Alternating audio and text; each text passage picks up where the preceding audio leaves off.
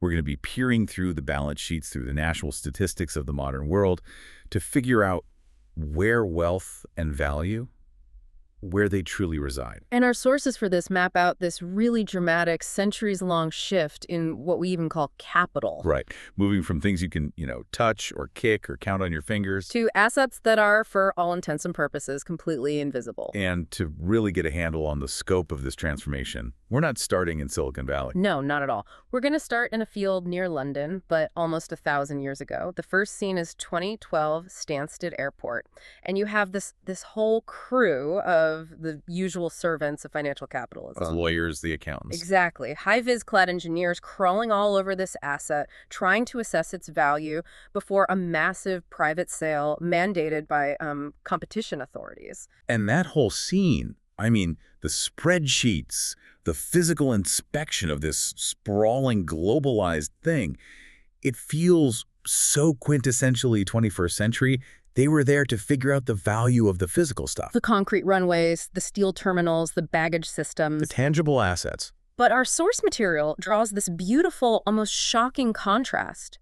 Because 9¼ centuries earlier, in the very same village of Stansted, a very similar valuation was being done. This is for the Doomsday Book. That's the one, the Great Survey commissioned by William the Conqueror in 1085.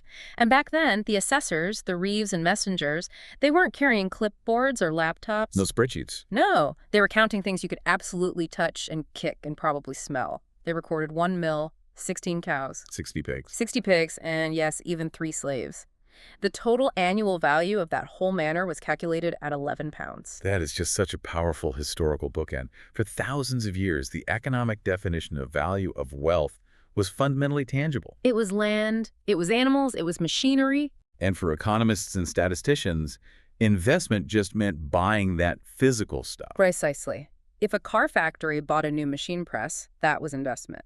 But if they hired a team of designers for a year to plan some revolutionary new car model, that design work, that was traditionally not investment. It was just treated as a cost of doing business, used up entirely in the process, like an electricity bill. So the intangible asset that was created, the design itself, was completely invisible to the official record. Gone. Okay, so let's unpack this and really state our mission here. We are diving into how that dramatic, unseen shift actually happened. The move from defining economic value by counting tangible things to recognizing that the greatest sources of modern wealth are things you can't touch. This is the deep dive into capitalism without capital. And we're going to explore the monumental rise of these intangible assets and their profound impact on everything, from productivity growth to the global rise in inequality. And to start, I think we have to establish the formal language we'll be using, because investment is so crucial. It's what builds up capital, which, along with labor, makes up the 2 measured inputs to production that drive the whole economy. It's where, as the sources put it, the animal spirits of the economy bark. It drives booms and recessions. It does. And when economists and national statisticians talk about this formally, they rely on this international standard, the UN System of National Accounts, or the SNA. Okay, so how does the SNA formally define these core concepts? What are we talking about when we say investment in capital? We can break it down into 3 required elements. First, investment. That's what happens when a producer either acquires a fixed asset or spends resources to improve an existing one. And it has to be a resource that creates value over a long time, right? Longer than a year. Typically, yes. So spending money on raw materials used up in the 3 months, that is an investment. That's just an expense. But buying a new factory floor or a new server rack, that is? Exactly. And second, an asset. That's defined as an economic resource you expect to provide a benefit over a period of time longer than a year. Okay. And third, capital. That's a fixed, non-financial asset that provides a long-lived stream of productive services. That's the factor of production we're really trying to track. All of that language seems perfectly clear until you try to apply it to the modern tech sector. The classic example that gets cited over and over in the research, the one that really forced this whole change in thinking, is Microsoft back in 2006. Oh, absolutely. Microsoft's market valuation at the time was staggering. Around $250 billion. Yet if you force them to list their traditional physical capital, their plant, their equipment, their land, the total official value was a trifling $3 billion. $3 billion out of 250. That's barely 1% of the total market value of the company. It's a modern-day financial miracle where the vast majority of the company's worth was just invisible to traditional accounting. So if 99% of their value wasn't in servers or office buildings or trucks, what on earth was it? It was all their accumulated intangible assets. This included the ideas generated from decades of R&D and product design, their incredibly valuable global brand, the sophisticated internal structures and supply chains they developed, And the human capital, right. The training. and all the human capital built through ongoing employee training.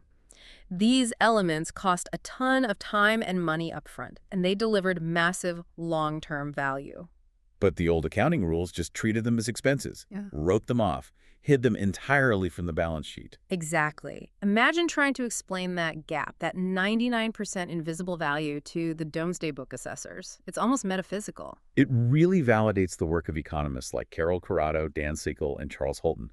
They were so fundamental in figuring out how to stop viewing these investments as just costs. And start viewing them as what they are, valuable, long-lived capital. The idea that physical things weren't the whole story has been floating around for a while. This wasn't suddenly invented with the rise of Silicon Valley in the late 90s. No, not at all. The conceptual groundwork really began decades ago, long before the digital boom. You had futurists like Alvin Toffler and Daniel Bell talking about the rise of the post-industrial society as far back as the 60s and 70s. And then as the phenomenon accelerated. You had authors like Diane Coyle writing The Weightless World and Charles Leadbeater suggesting we might soon be living on thin air. The idea was definitely in the air, so to speak. It's funny how the academic economists often have to play catch-up to the futurists and the journalists. So who was the key economist who started asking if knowledge could formally be considered capital? For that, you really have to start with Fritz Machlup. He was an Austrian émigré economist writing in 1962. Machlup wrote this foundational text, The Production and Distribution of Knowledge in the United States, and he posed the essential question. Should all this spending on knowledge R&D, advertising, training be considered long-lasting, valuable production, just like buying a factory machine? That's it. He basically paved the way for measuring the first major category of intangible capital, which was R&D. And the statistical agencies picked that one up first. Absolutely. The initial focus for them was R&D, largely driven by work from economists like Zvi Grilich's. And this led to the creation of the OECD's Frascati Manual. Which was a way to standardize the measurement. Exactly. It codified a common approach for measuring R&D globally, giving governments a real tool to track that specific type of immaterial investment.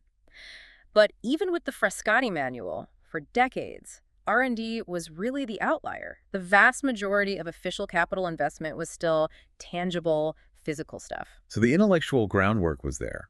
But what finally forced the national statisticians to radically reckon with this invisible economy was, ironically, a very visible problem. The computer. The computer. That's the famous Solow paradox of 1987, named after the economist Robert Solow. He pointed out that computers were everywhere, in every office, every factory floor, except in the official productivity statistics. It looked like this massive investment we were all making in IT just wasn't generating any economic benefit at all. Which was obviously not true. And this criticism acted as this massive goad to the statistical agencies, particularly the U.S. Bureau of Economic Analysis, the BEA, to really scrutinize how they were treating IT investment. So if the paradox was the catalyst, what specific measurement changes did they make to fix this invisibility problem? There were two major breakthroughs, both rooted in IT. The first, starting in the 1980s, was quadrant adjustment. The BEA worked with firms like IBM to introduce quality-adjusted computer price indexes. Traditional accounting just assumed prices rose with inflation. But with computers, the quality, the speed, the memory, the storage was improving at this incredible rate. So even if the sticker price for a machine stayed the same from one year to the next, the processing power you were buying per dollar was skyrocketing. Which means? It meant that the quality-adjusted prices of computers were actually falling extremely fast year after year. And that revealed a much greater real investment in IT hardware than anyone had previously measured. We were buying vastly more computational power than the nominal spending figures suggested. Okay, so that fixed the hardware side of the puzzle. It showed we were investing more tangibly than we thought. But what about the other half, the code? Software. In 1999, the US BEA formalized the inclusion of software as an investment in the GDP calculation. This was a critical step. because it recognized that internally written code and many large firms, especially banks and insurance companies, write massive amounts of custom software was a long-lasting, intangible asset. Not just a short-term operating cost you use up in a year. Exactly. And the practical impact of this change was immediate and dramatic. It just showed how badly we were mismeasuring things. So when other countries adopted this, Well, when the UK prepared to adopt a similar method, they realized the scale of the error was just huge. Early estimates suggested multiplying their current software spending by a factor of 3 just to get a rough idea of the true investment. then when they finally did it, When the UK finally incorporated the formal US method, the actual increase in calculated software spending was almost exactly that factor of 3. It was a huge confirmation that massive capital expenditure had been systematically expensed and hidden for decades. so we have the initial intellectual push, the Sella paradox, and then these formal measurement breakthroughs in the late 90s. But the real comprehensive framework, the one that spans the entire economy, that emerged right after the dot-com bubble burst. That brings us to the pivotal 2002 Conference on Research in Income and Wealth, led by Corrado, Sickle, and Holton. They're the ones who developed the comprehensive framework that moved beyond just R&D and purchase software. They wanted to measure intangible investment across the entire economy, to make the invisible visible. That was the goal. And for you listening, it's helpful to know how they broke it down. The framework typically breaks intangible assets into 3 broad categories. First, computerized information, which includes both software and computerized databases. Second is innovative property, which is classic R&D, mineral exploration, and also artistic property like movies, books, and music. And the third category, which is often the biggest and most interesting, Is economic competencies. and what does that cover? This is all the really amorphous stuff that traditional accounting just completely missed. The cost of building brand equity and advertising, investments in specific training for human capital. And, critically, the investment in organizational structure and unique business processes. The internal systems that actually make a company work efficiently. And the data shows this shift in focus, doesn't it? If you look at economics journals, references to intangible just surge, especially after 2012, once this framework was really tested and accepted. Yes. And what this new framework revealed about the shift in economic weight was profound. In the most developed countries, we're talking the US and the UK, intangible investment, covering all these new categories, officially overtook tangible investment, like factories and machinery, by the mid to late 1990s. So the economy crossed this fundamental irreversible threshold almost completely unnoticed in the official data at the time. That's right. To make this shift a bit more visceral, let's use a gym analogy from the source material. If you compare a gym from, say, 1977 to one in 2017, the difference isn't just technological, it's organizational. Oh, absolutely. In 1977, in the era of pumping iron, the assets were visible and simple. You had steel Nautilus weight machines, workout rooms, maybe some index cards to track membership. The business was defined by its tangible equipment. But today's gym, while it still has physical assets, the entire business is, as the source puts it, innervated with intangibles. Innervation, that's the perfect word. It describes supplying a body part with nerves, making it sensitive and controllable. So how does that apply to the gym? Well, the modern gym uses sophisticated software for scheduling, for membership, for billing. It operates under extensive, sophisticated brand campaigns.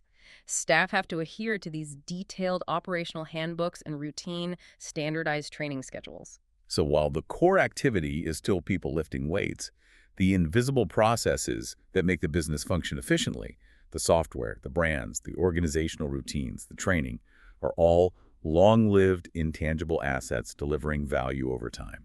And then you have the businesses that rely almost entirely on intangibles, operating inside that physical gym structure.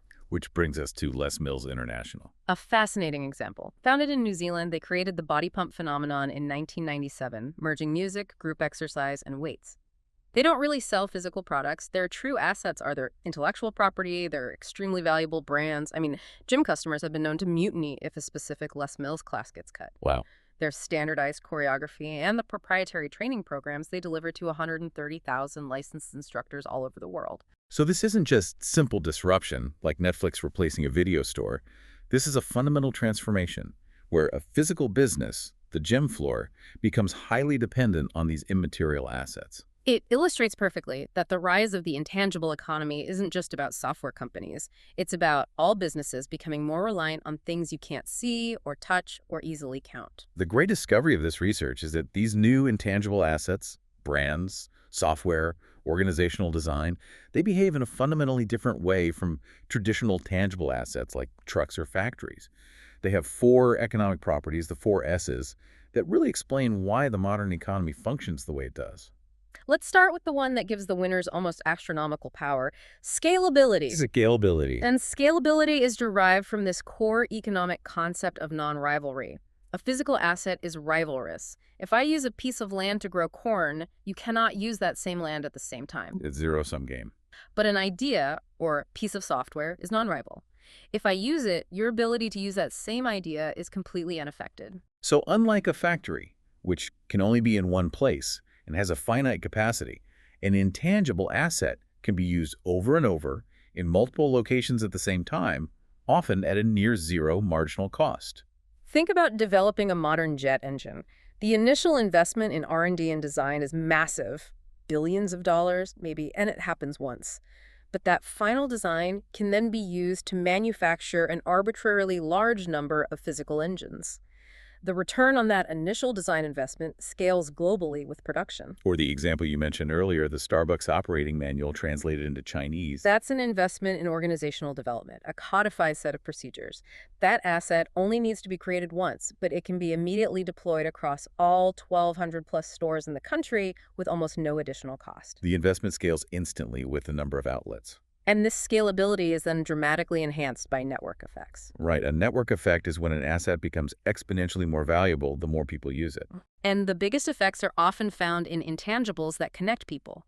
Uber's vast network of drivers, Airbnb's host network, or the foundational standards underlying the web itself, like the Internet Protocol Suite. The intangible asset, the network, the code, the standard becomes overwhelmingly valuable as the scale increases. The implication here is enormous. Firms can get very large very quickly. Think about Google, Facebook, or the massive global reach of Les Mills. And this power leads directly to those winner-takes-all scenarios we observe in the market. Precisely. If Google successfully develops a search algorithm that is even marginally better than everyone else's, and that algorithm is infinitely scalable at zero cost, then the economic rewards for the runners-up like Yahoo or Bing are meager. They're just crumbs. Exactly. The ability to scale the best product or process globally immediately concentrates economic power right at the frontier. So scalability creates these massive winners and immense rewards. But if the potential upside is so huge, the question then becomes, why isn't everyone racing to invest? And that brings us to the inherent risk in this type of capital: sunkenness. Sunkenness is the second pillar, and it means the investment is often irrecoverable. If a business fails, the intangible assets are frequently worthless to anyone else. Because they're highly context-specific to the original firm. They are sunk costs. Let's use the hypothetical coffee chain failure of Starbucks from the sources. If Starbucks goes bankrupt, the liquidators can easily sell the physical standardized assets. The vans, the espresso machines, the buildings. Right. Those are fungible. They can be used by any other business. But what about the brand name, the internal operating procedures handbook, or the proprietary employee know-how built through training? Those intangible assets are specific to the unique business model of Starbucks. They're difficult, if not impossible, to sell off to a third party to recover any significant cost. This inherent sunkenness sounds like a complete nightmare for traditional banking and finance. It is the primary reason banks struggle to lend to intangible rich companies. Banks love debt financing because they can seize and sell collateral, a standardized shipping container, a piece of land, a factory machine. But with intangibles, there is no fungible collateral. So this high irrecoverable cost means that globally, many small business loans, especially those funding things like internal software development or process optimization, still require a lien on the directors' homes as personal security. The bank is essentially forced to turn intangible lending into a complex loan secured by a simple, tangible mortgage. Sunkenness also contributes heavily to economic uncertainty, which can lead to overinvestment and bubbles like we saw with the dot-com era. Right, because The lack of a clear liquid market for many intangibles makes them incredibly difficult to value objectively. Which leads to uncertainty and speculation. If you've already sunk a massive amount of money into R&D for a new drug, you might be psychologically reluctant to admit failure. The sunk cost fallacy. Exactly. And that leads to over-optimistic overinvestment, which fuels bubbles. However, the sources do point out an important silver lining to this risk: the option value of failure. That's a profound insight that needs a bit more airtime. It is. The option value recognizes that even if a specific high-cost sunk R&D project fails to create a marketable product, the investment still provides valuable information. It resolves uncertainty for future projects. So say you invest $10 million in basic research for a new material. If the research proves the material is unstable, you haven't wasted the money. You've acquired the knowledge, the option, to not proceed with subsequent, even costlier stages of production. That information, even in failure, has real economic value. So while sunkenness means you can lose everything, the process of losing still generates economically valuable knowledge. That's an encouraging counterpoint. It is. But if the investment itself is so risky and difficult to finance because of sunkenness, we then hit the third pillar: spillovers. Which deals with how hard it is to protect the ideas you successfully create. This is the problem of imitation, or the failure of excludability.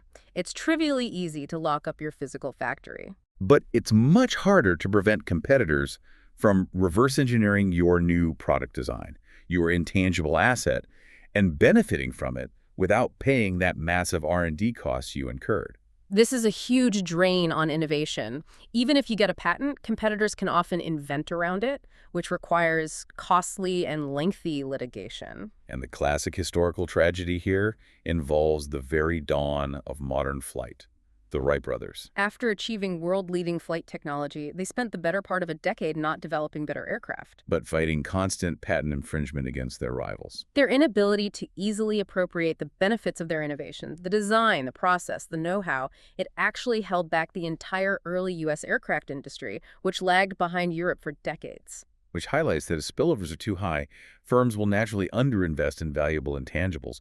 Why do the hard work if your rival can just copy it for free? And this brings us back to the historical difference in property rights.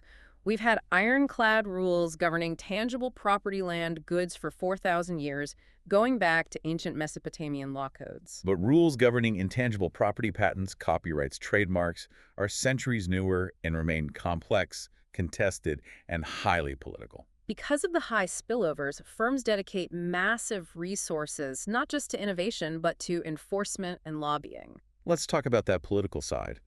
Companies enforce their IP ruthlessly, but they also lobby aggressively for extensions. That's where the famous Mickey Mouse curve comes in. It's a perfect illustration of the political nature of IP. The Mickey Mouse curve refers to the constant, gradual extension of copyright length in the U.S. Every time a major, aging piece of intellectual property like Disney's foundational character Mickey Mouse gets close to entering the public domain, the company lobbies Congress to retroactively extend the term of copyright protection by another couple of decades. That perfectly captures the contested nature of these assets. They're so valuable that firms spend enormous resources just trying to define and protect them through legislation. And that reality necessitates policy solutions. Governments step in to fund R&D directly.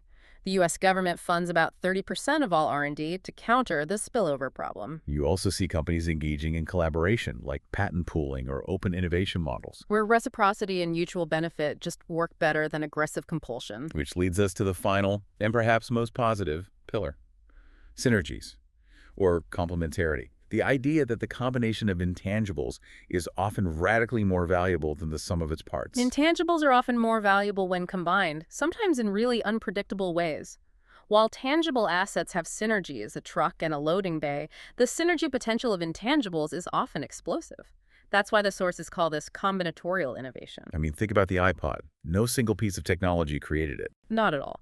It was a combination of the MP3 protocol, a miniaturized hard disk, Apple's licensing agreements with major record labels, and their distinctive design and marketing skills. Or the microwave oven. The result of an accidental discovery by a defense contractor about microwave radar heating food, married to the deep appliance design skills and market knowledge of a white goods manufacturer.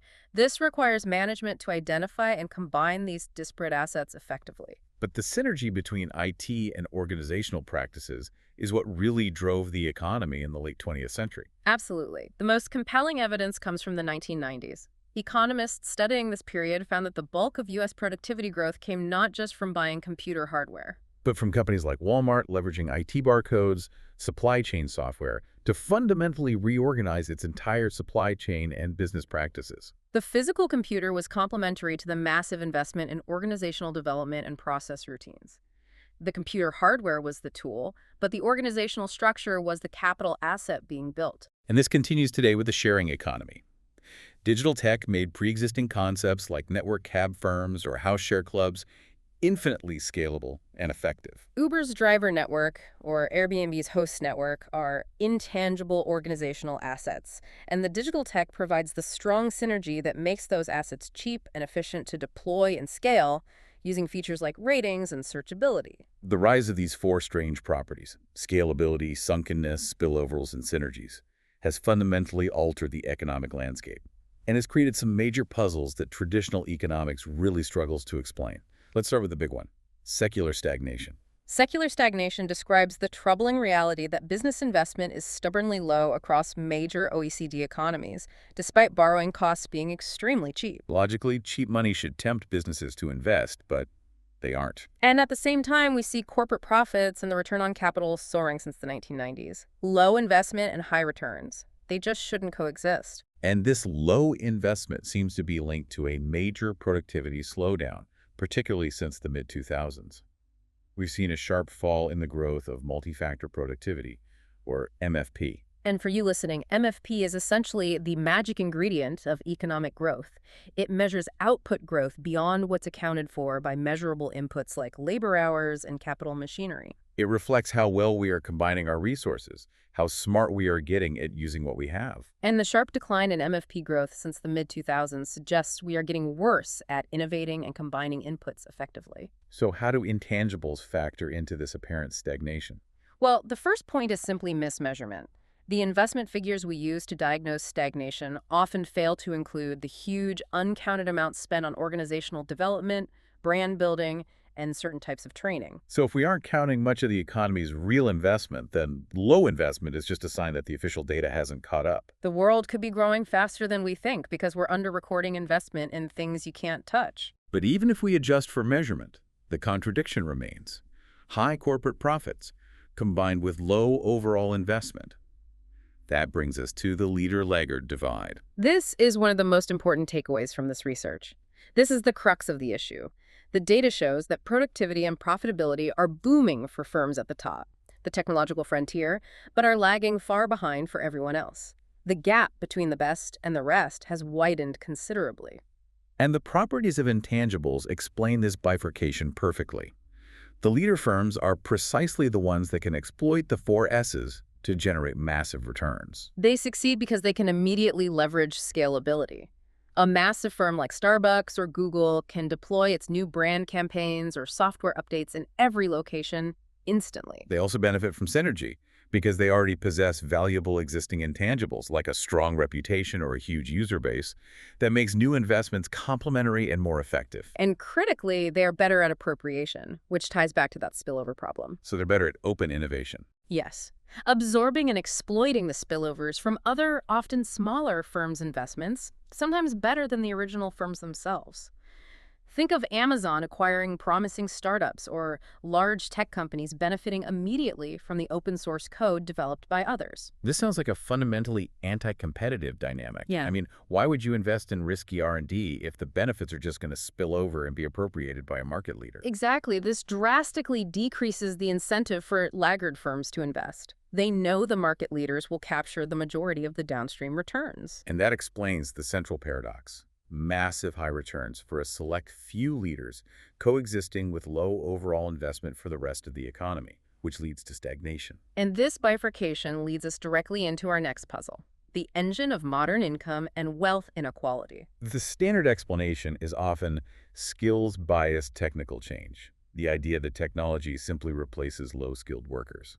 But the source material really challenges that simplistic story. The historical evidence is certainly mixed on that point. Take the 19th century British textile industry. When the self-acting mule, a highly automated spinning machine, was invented, theorists like Karl Marx predicted it would replace adult, skilled workers with low-paid, easily managed children. But that's not what happened. No. Instead, the adult workers evolved into higher-paid minders, taking on supervisory and managerial roles over the complex new machines. The job changed, but the wage and skill level often increased. Or the more recent example of the ATM, it was expected to decimate the job of the bank teller. But automated teller machines didn't reduce the number of bank tellers in the United States. They made bank branches cheaper to run, which allowed banks to open more branches. And the tellers were shifted into customer service and sales roles. So technology doesn't always automatically reduce jobs or wages. It often just changes the nature of work. Furthermore, there are two critical facts about modern inequality that don't fit the standard explanation. First, since 2000, the largest wage rises have gone mostly to the top 1%, not broadly to the skilled workforce. And second, there is this monumental statistic from a 2015 study of U.S. data. It showed that over 2/3 of the increase in earnings inequality between 1981 and 2013 is accounted for by the rising variance of earnings between firms. Not within firms. Not within firms. That is a staggering piece of data that deserves much more attention. It means inequality isn't primarily about the boss making more than the factory worker at the same company. It's about the entire staff, from the CEO to the cleaner, at a top-tier, frontier firm making significantly more than their counterparts at a middling laggard firm. And intangibles drive this between-firm gap in two critical ways. First, through contestedness and the high value of what are called symbolic analysts. So the highly contested nature of intangible assets, defending complex patents, managing sprawling global supply chains, navigating high legal uncertainty, makes certain high-skilled workers especially valuable. These people, the symbolic analysts, are masters at managing uncertainty and complexity. And there's a fascinating historical parallel that proves this function has always been highly valued during periods of technological upheaval. Yes. Historical research found that around 1900, British companies in emerging tech sectors like chemicals and electricity benefited measurably from having politically connected lords or MPs sit on their boards. These aristocrats weren't technical experts? No, they were there because new technologies create intense regulatory and political uncertainty. And having big shots on the board helped manage that external contestedness, giving investors confidence. Today's highly paid lawyers, strategists, and top managers fulfill a similar function. The second way intangibles drive inequality is through synergy, which forces high-productivity firms to screen and train workers more carefully. Because high-productivity firms invest heavily in leveraging complex, synergistic systems, proprietary software, unique organizational procedures, they require specific, company-specific skills. Take the Starbucks barista again. Making coffee is a transferable skill, but much of their training involves internal processes specific to Starbucks' unique systems. So this encourages high-productivity, high-return firms to carefully screen, train, and retain workers across the board. And they pay a premium relative to laggard firms, which increases that huge between-firm wage gap. Finally, we have to connect the abstract idea of intangible value back to the most tangible asset of all: Housing. Intangibles are exacerbating wealth inequality through rising housing prices. Which is a profound irony, isn't it? We started talking about the invisible value of Microsoft, and now those invisible assets are making the most tangible thing, land and housing, unaffordable. How does that happen? Well, the combination of spillovers and synergies concentrates economic activity in dense, diverse urban centers, what the urbanist Jane Jacobs called Jacobs spillovers. These cities attract the creative class and businesses because the opportunities for combinatorial innovation are highest where density is highest. This drives up the demand for land and housing in thriving urban clusters. But this is where public policy intervenes, often negatively, by restricting supply. Exactly. Regulatory barriers to building, restrictive zoning, protecting greenbelts, or even aesthetic preservation laws restrict supply in these high-demand zones. So the economic vitality fueled by intangible innovation, the jobs, the ideas, gets artificially trapped, causing housing and property prices to soar. And the wealthy who own this prime real estate get wealthier simply because the economic dynamism is restricted by artificial planning laws. And lastly, intangibles contribute to wealth inequality because they're so mobile, making capital taxation incredibly difficult for governments. Intangible assets like brands, licensing agreements, and IP are highly geographically mobile.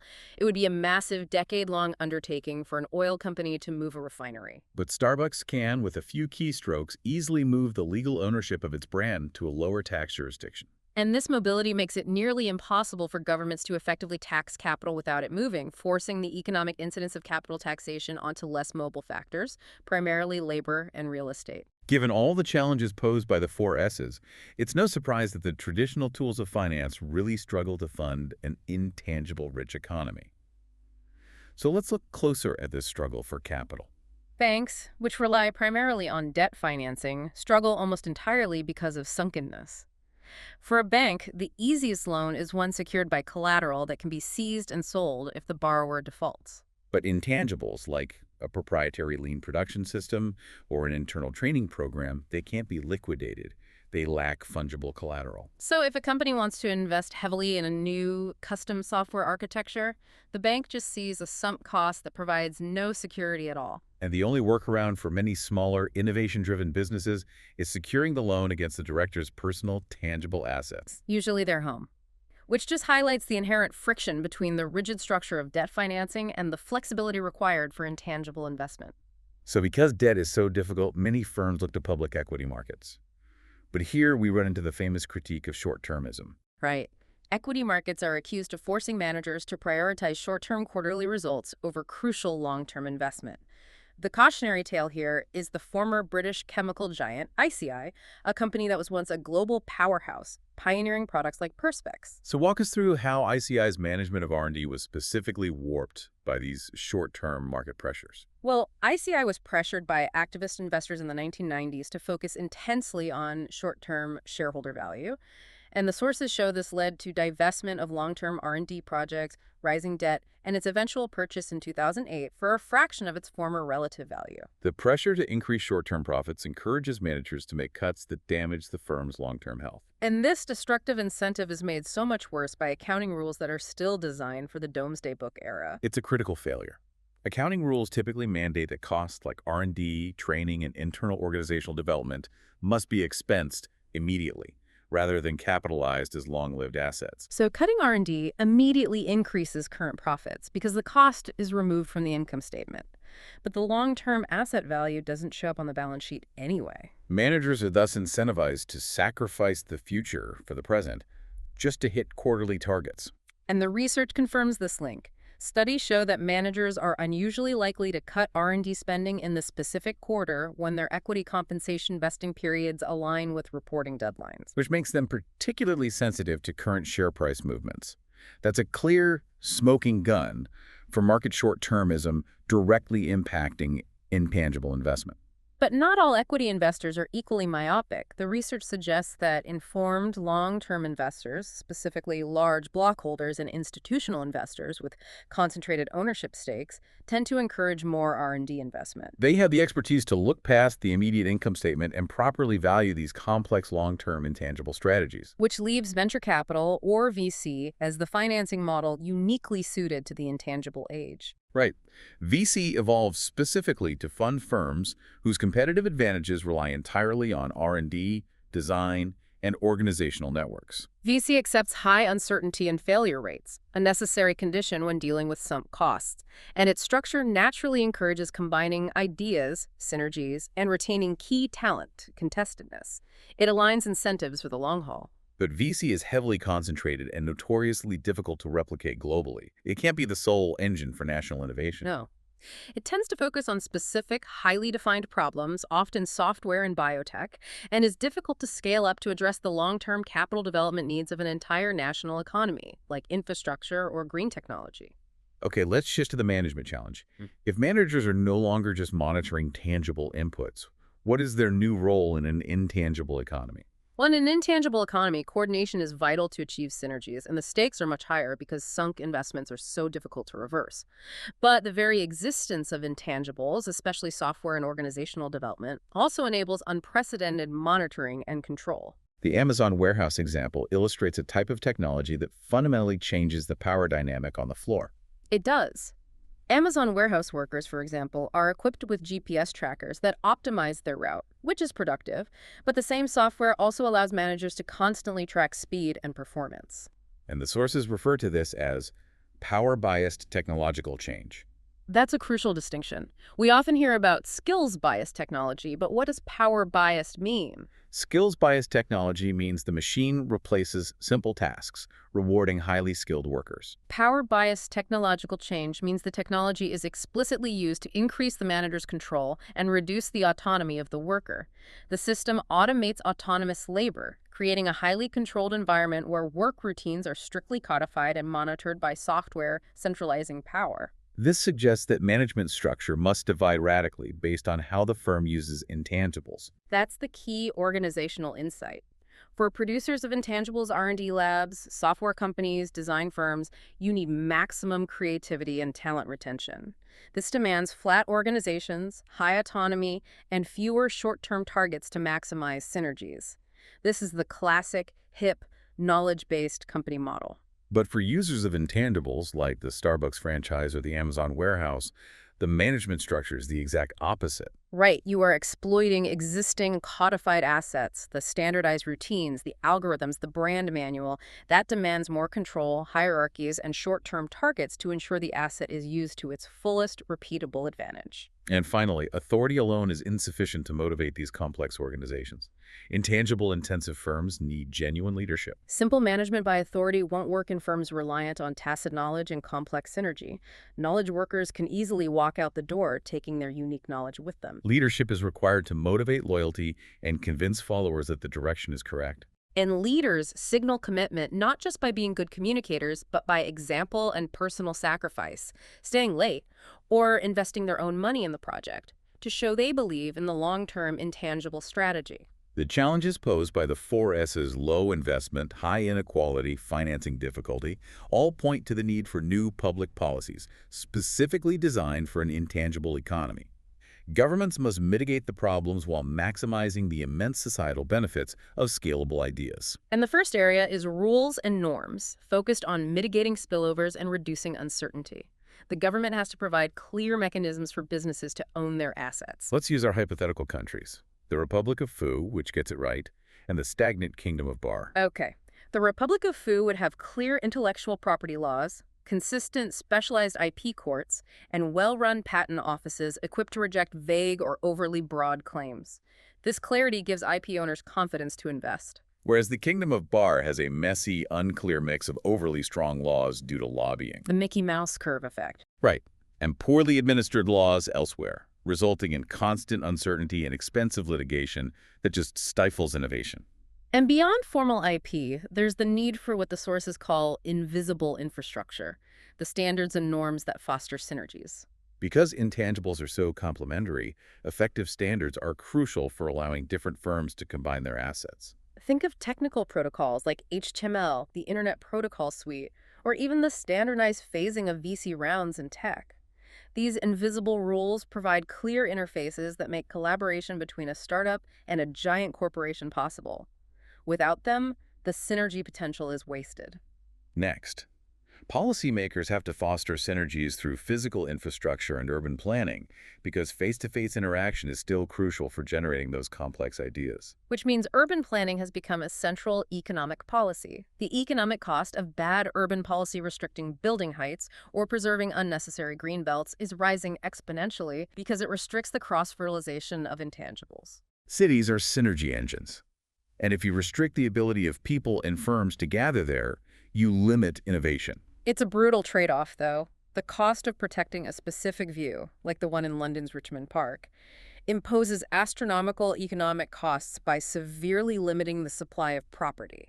But at the same time, policymakers must recognize that purely market forces can destroy vital social hubs like historic pubs being converted into luxury apartments, which diminishes the convivial infrastructure needed for that synergistic innovation. It requires targeted policy intervention, not just deregulation. Moving to financial architecture reform, the government needs to address the structural tax bias against equity financing. This is fundamental. Debt is cheaper than equity because companies get tax relief on interest payments, but not on the cost of equity. And since intangible investments are difficult to finance with debt because of sunkenness, This tax bias disproportionately discourages intangible investment relative to tangible investment. So the Republic of Fu would need radical tax reform to fix this financing problem. Yes, Fu would implement a tax shift to equalize the corporate tax status of debt and equity, maybe by introducing an allowance for corporate equity.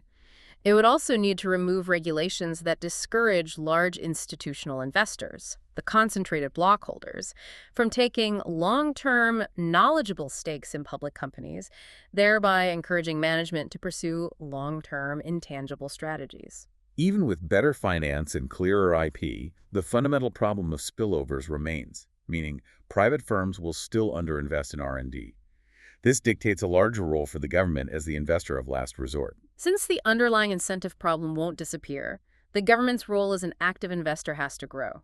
The classic approach is increasing funding for public R&D at universities and institutes. And the evidence suggests this extra public R&D significantly increases national productivity. Especially where the local community is equipped with high-skilled workers and technologically similar firms to absorb those spillovers. But R&D isn't the only intangible the government can or should fund. No.